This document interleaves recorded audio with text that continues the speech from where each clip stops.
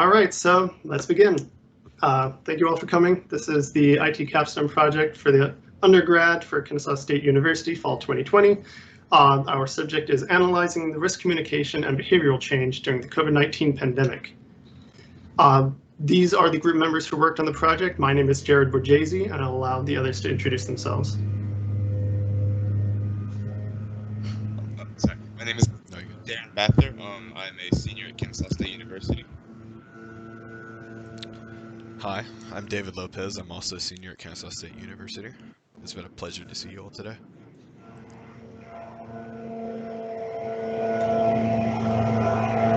All right, Robert, it seems that you're muted. Sorry about that. And I'm Robert Williams from Kennesaw State University, a senior. And thank you for having me today. All right, and I'm a senior as well. All right, so why did we choose to initiate this project? The main goal was to, as demonstrated here, is to study the factors that affect risk communication and behavioral change during the pandemic by collecting social media data from the United Kingdom's public health agencies. There were three main questions that we thought would surmise this goal. The first being, what were the periods that saw the most increased activity from its users? What was the general response from the users during these periods? Was it positive, negative?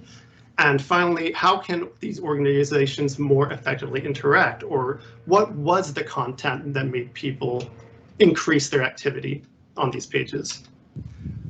To reiterate, we are collecting publicly available social media data. Would do that by scraping the social media sites either manually or with what are called social media scrapers, so programmatically, and gather particularly identifying information such as likes, dislikes, shares, which reflects on the user activity. The more people share and like, the more users are interacting with that particular post. We'll gather all this information and use data analytics software to visualize it through other means and try to identify what exactly is attracting these users. This slide is on data collection and cleanup for Facebook, for Facebook's data collection, cleanup methodology. Since there was no software to extract the data at that time, or no known software at the time, the data was prepared with manual collection. All of the posts and their values were arranged by country and date and recorded and logged as a record on an Excel spreadsheet to be processed using Power BI.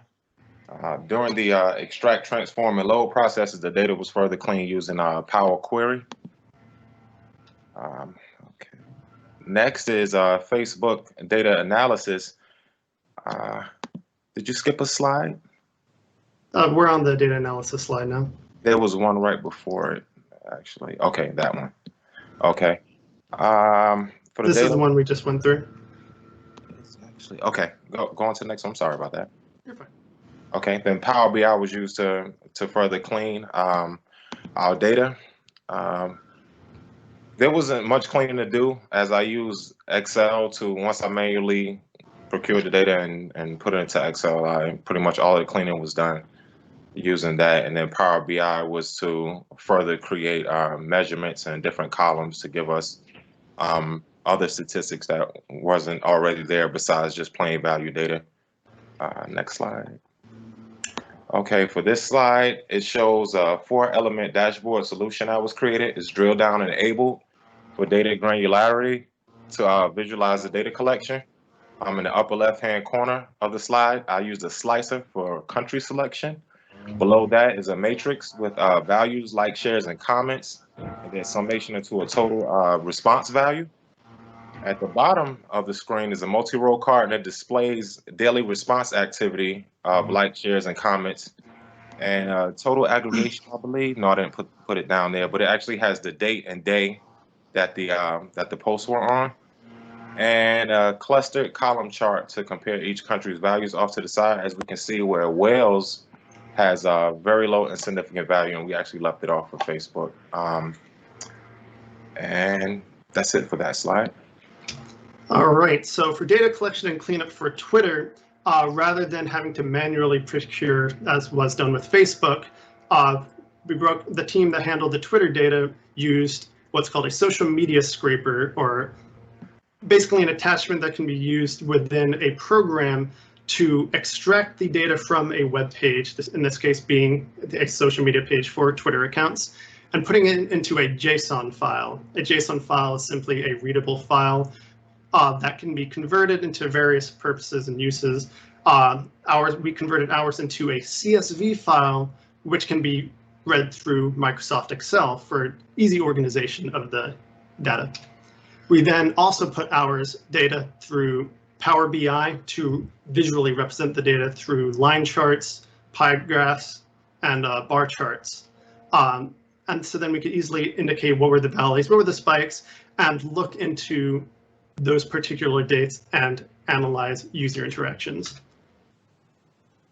Okay, so I gathered Facebook results for Scotland.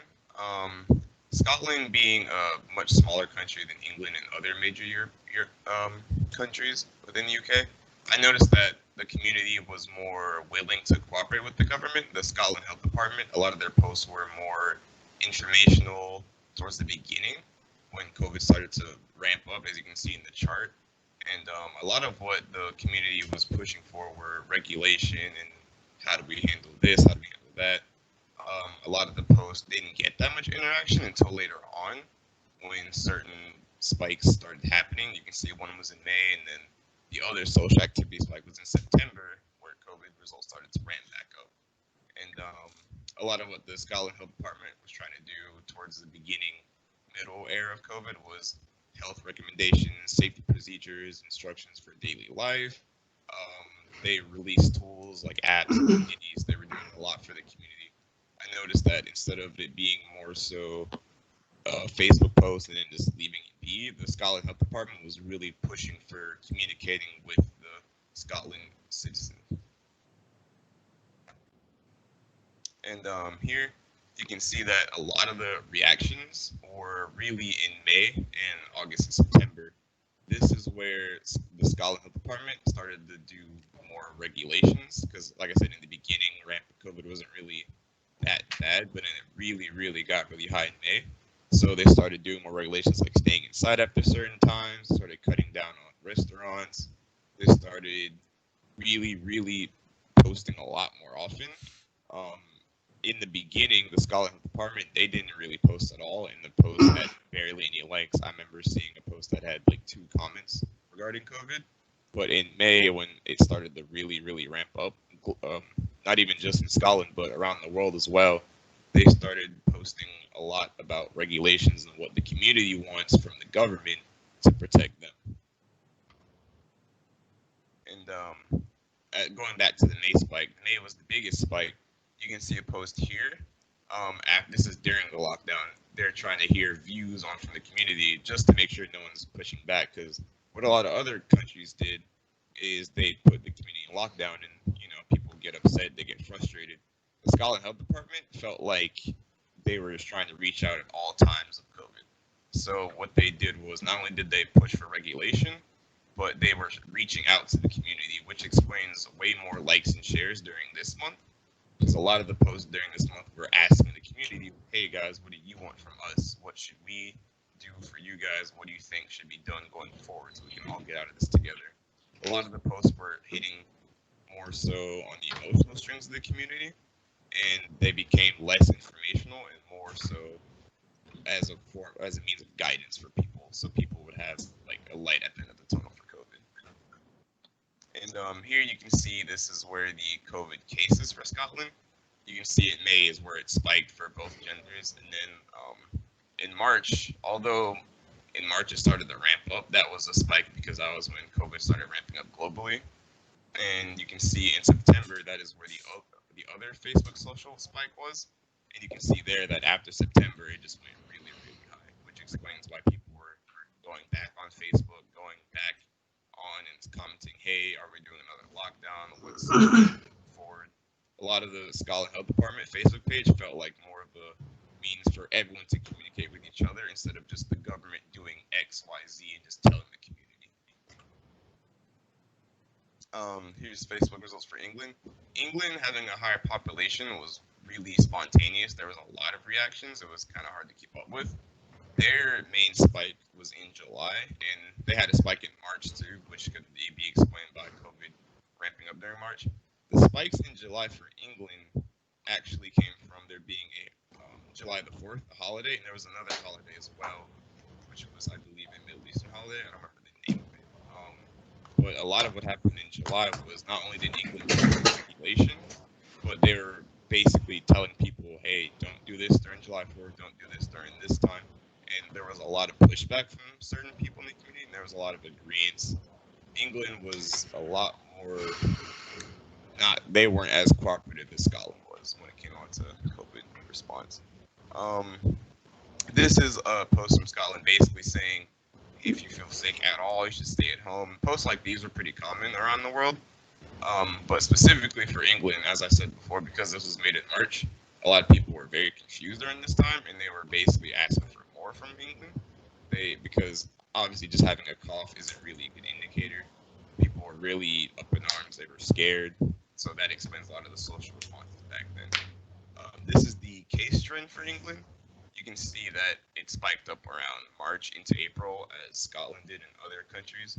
And then even though in July there were low case numbers, the reason the social activity was high in July is because of the two holidays and the amount of regulations that England was trying to push out. There was a lot of pushback in the community, and when that happens, there was a lot of discourse in the comments and people arguing and stuff. You're muted again, Robert. Yeah. Sorry about that. We have Facebook. Sorry about that. We have Facebook Northern Ireland section of the presentation where spikes, trends, and patterns of the data was area of focus. Public response to COVID-related post types were measured against COVID-related announcements throughout the time frame of the study. I took information from the Northern Ireland Statistics Research Agency, where they conducted a 4-phase survey to measure the public opinion of the concern on the effects of life. Of those concerned, it only decreased, and it started from April to August. It only decreased 79% after the first 2 months, which was May, where the easing started, I guess, or whatever, so it didn't dip down that far. And it can be seen that most people remained concerned throughout the study, and the range of concern was from 68 to 77%. Like, that never changed.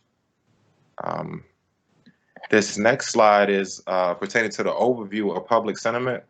There are 2 visualizations. The one on the left, both of them is of the time period of study. The one on the left is of the 7-month time period, and the other one is from the NISRA's 4-phase study from April to August. And the chart on the left, it shows each month's percentage value representing the contribution to the overall 443,000 responses. So this is each month's response, their contribution to that. And the total responses is the summation of likes, shares, and comments combined into one.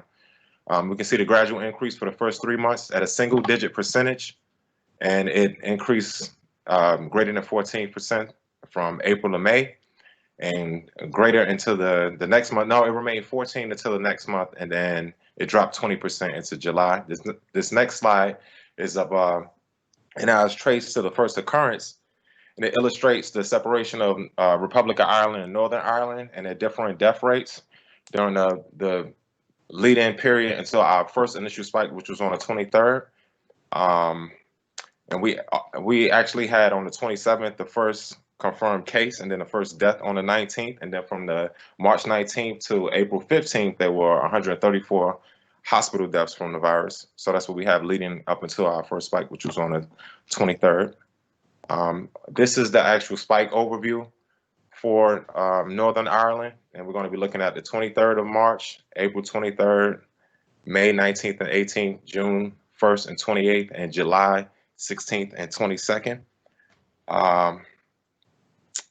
This next slide just illustrates the hospital deaths, that there were more hospital deaths than anything. And that's kind of significant because that might have had played an effect on people's conscious and them factoring into what's going on with this COVID, the fact that most of the deaths were occurring in hospitals rather than other places. This is our first actual spike occurrence, And on the 23rd, and this is the first time that it broke 3,000. This was at 7.7 thousand, and it was a BBC sports reporter, a person of notoriety, and maybe that played a part into garnering such a great number of responses because it was a person of notoriety. And during that time, on that day, we actually had the first announcement for the lockdown on the 23rd on that date. Then our second spike was on April the 23rd, where there were 3 posts. And comparing all 3 posts, 2 of them had the same red border, and that red border was always synonymous with receiving the highest amount of responses. And this one, as you can see, has greater graphical illustrations than the other red posts, and it received 15,000 responses versus the couple of hundred of the other 2, and the other one had 1,000. So we're figuring that the red border is a perfect, is an indicator or element to garner higher responses. And this one was kind of an outlier with the other ones that actually had photos of people in it versus illustrations, graphical illustrations, where they used a baby in this one and a mother. And this one actually got about 18,000 responses at the time, and it was the highest at this point. And it was also an outlier, like I said. Lockdown easing was going on during this time. They just had the first 3-week review, whether or not to stay in the lockdown, and it was actually lockdown was continued. Then we have May the 18th, where, we have May the 18th, where we have 4 slides, 4 posts, and of the 4 posts, 2 of them used the actual red border, and they garnered the most total responses, other than the other 2 posts. And it was about self-isolation and updates regarding COVID, giving information of, that will actually help you versus someone just talking about COVID and links to it. This other one was June. June had the 2 highest spikes of all, and it had the lowest period of activity in between those 2 spikes, which was June the 1st. And you can see, again, the red border being used with the high graphical illustration versus the other ones, which was just a picture of volunteering and graphical illustrations garnering more, a greater response. Then June 28th was the second day. This was the day of the greatest response of all, and it was actually hand washing was the content, and it was the first time that hand washing received such a high response. And like I said, this was the highest response of all. So the red border is, I guess, is synonymous with all high total responses for the COVID. Again, we see for the 16th of July, which was our first spike in July, which used again the red frame, which garnered around, I believe it was 11,000, over 11,000, 12,000 symptoms about getting tested. And we can see in the other 2, the depictions of being sick. I don't know if that actually played a part in low response, and it was partially angry, the sentiment towards it. So I'm thinking that had something to do with it. And again, we have the red frame this time receiving lower responses and illustrating sickness, as I talked about in the prior slide. I think illustrating sickness may be could be a bad idea when trying to get a point across when talking about COVID. For some reason, it gets low response. And that one on the other side of it had thousands of views, but it depicted sickness again, and it was half received angry and happy. So. All right, so we're going to pick up the pace. So going to the Twitter results. If you look here, there's a lot of similarity between England, Northern Ireland, and Wales, whereas Scotland is an outlier in this case. Wales actually saw more activity on Twitter than Facebook. Here it demonstrates the likes, retweets, and replies. The greatest activity for all 4 countries was in March and April. And you can see here in the bar charts that the most significant activity on Twitter was primarily through England, averaging 76,000 likes, whereas Scotland, being the outlier again, had only 4.4 thousand. I'm going to pass this off to David. He'll go through the results. Just let me know when to move to the next slide. Yeah, just for the sake of time, I think we might skip some of the spikes just to like give the broad summary since we have only a couple minutes. So I'll just try to keep this brief in regards to our findings. So for Scotland, we found that they had overall, as stated previously, a lower amount of community engagement compared to the other 3 countries that we researched. Most of the notable spikes were from the organization announcements from Public Health Scotland, and of note, they directly interacted in replies in comparison to the other 3 Twitter accounts that we researched. In particular, when they announced a new director in their health and well-being division, they actually had her interacting with people on her personal account, not even on, yeah, this tweet right here. She was interacting in the replies on her personal account instead of an official Scotland account. So I found that very interesting because those replies seem to actually boost morale overall within the country. And this is also another spike post where they sent out a survey in regards to gauge how children were kind of dealing with the whole situation, since everyone was kind of holed up for a while, and considering children, that's kind of a very important growth period for them, just being holed up at home all the time instead of going out playing normal kid stuff. It's kind of damaging for their growth. But moving on, again, trying to keep this brief. For England, we found that they had the highest overall amount of interaction on Twitter out of the 4 countries researched, but overall had a much more negative tone to the replies in comparison to others. Many of the spike posts were either diffusing false claims or advising guidelines, and many of these guideline posts took a shock advertising angle. An example of this would be on May 11th, where they showed a brief videos like, oh, he doesn't know he has COVID, but like he's not following quarantine guidelines. And the thing that we noted with England is negative, or the shock advertising, it does garner a lot more replies, and taking a more a more direct tone per se, it does garner more responses and more replies, but the thing is, the replies may not be on topic, or they might not be entirely positive. So that is kind of note when trying to account for how do we want to convey this information. And moving on to Northern Ireland, post reactions seem to vary depending on the method of communication used.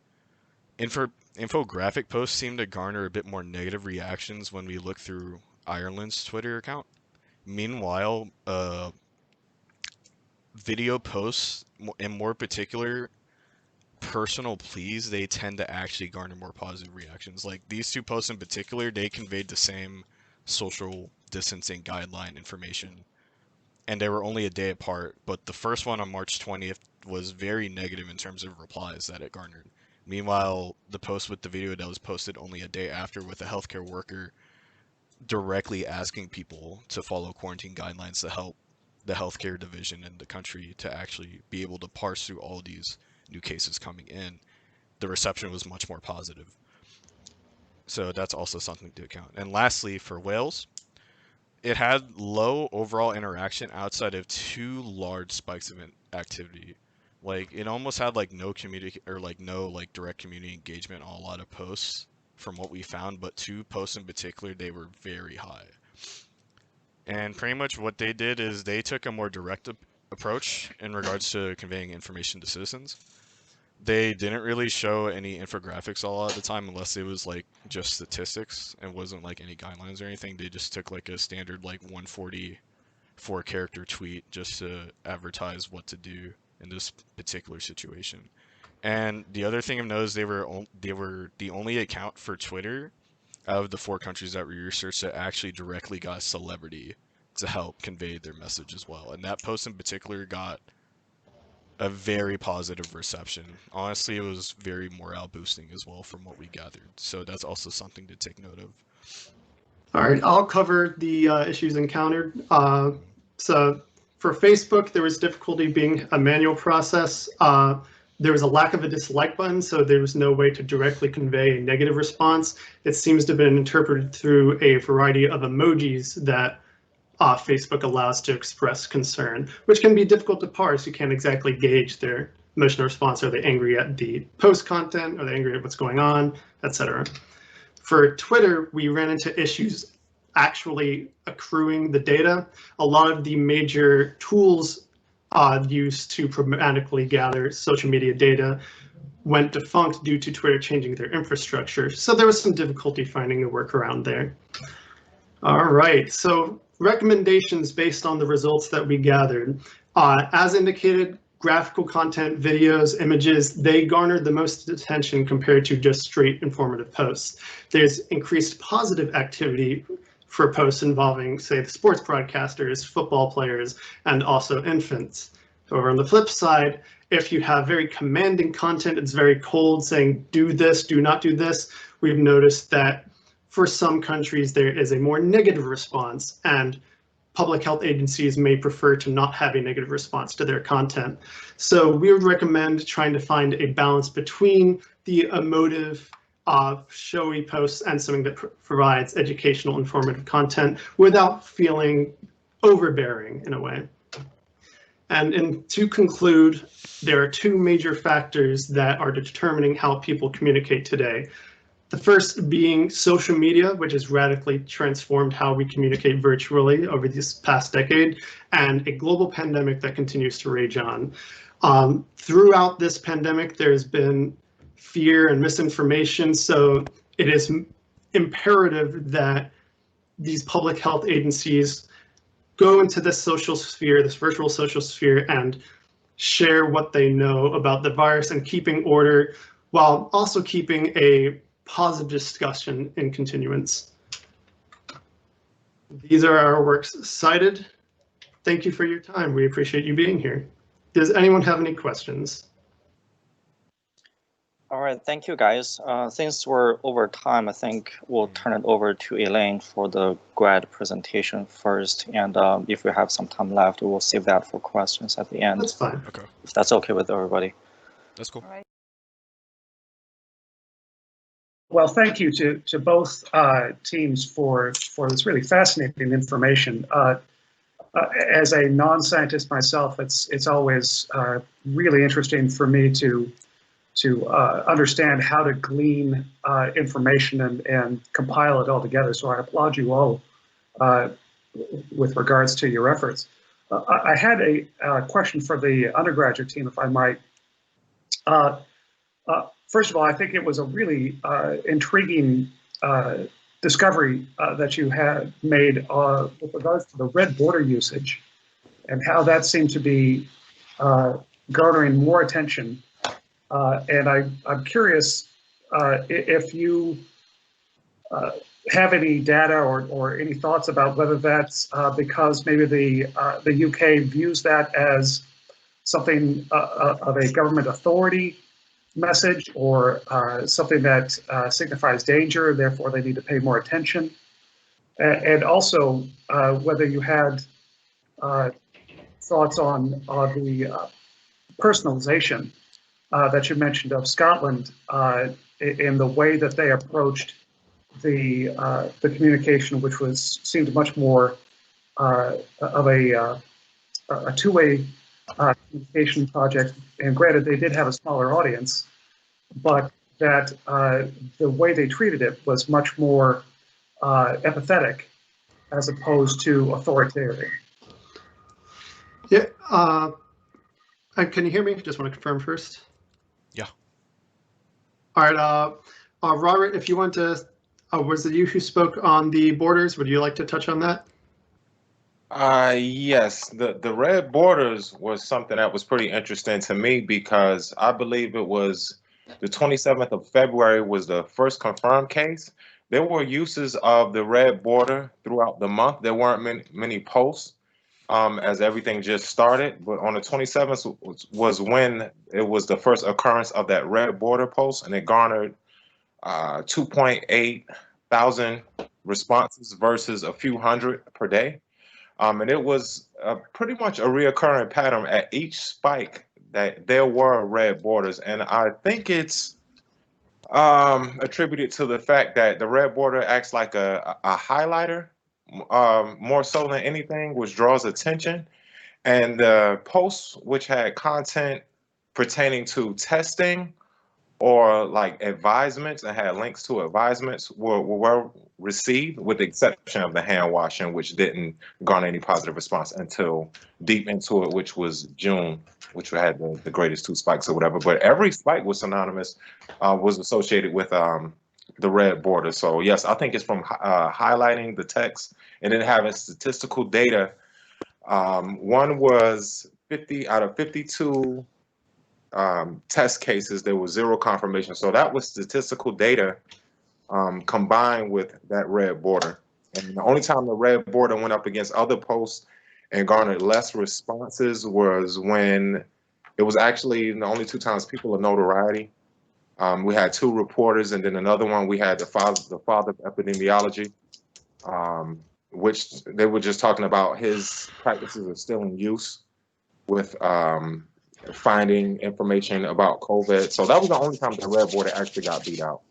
So, I guess to speak on that, I think that also the color red itself does present itself as a form of urgency. It's also very eye-catching. You see this in a lot of marketing, particularly with, say, like fast food restaurants. You see it in the McDonald's logo. You see it in Chick-fil-A.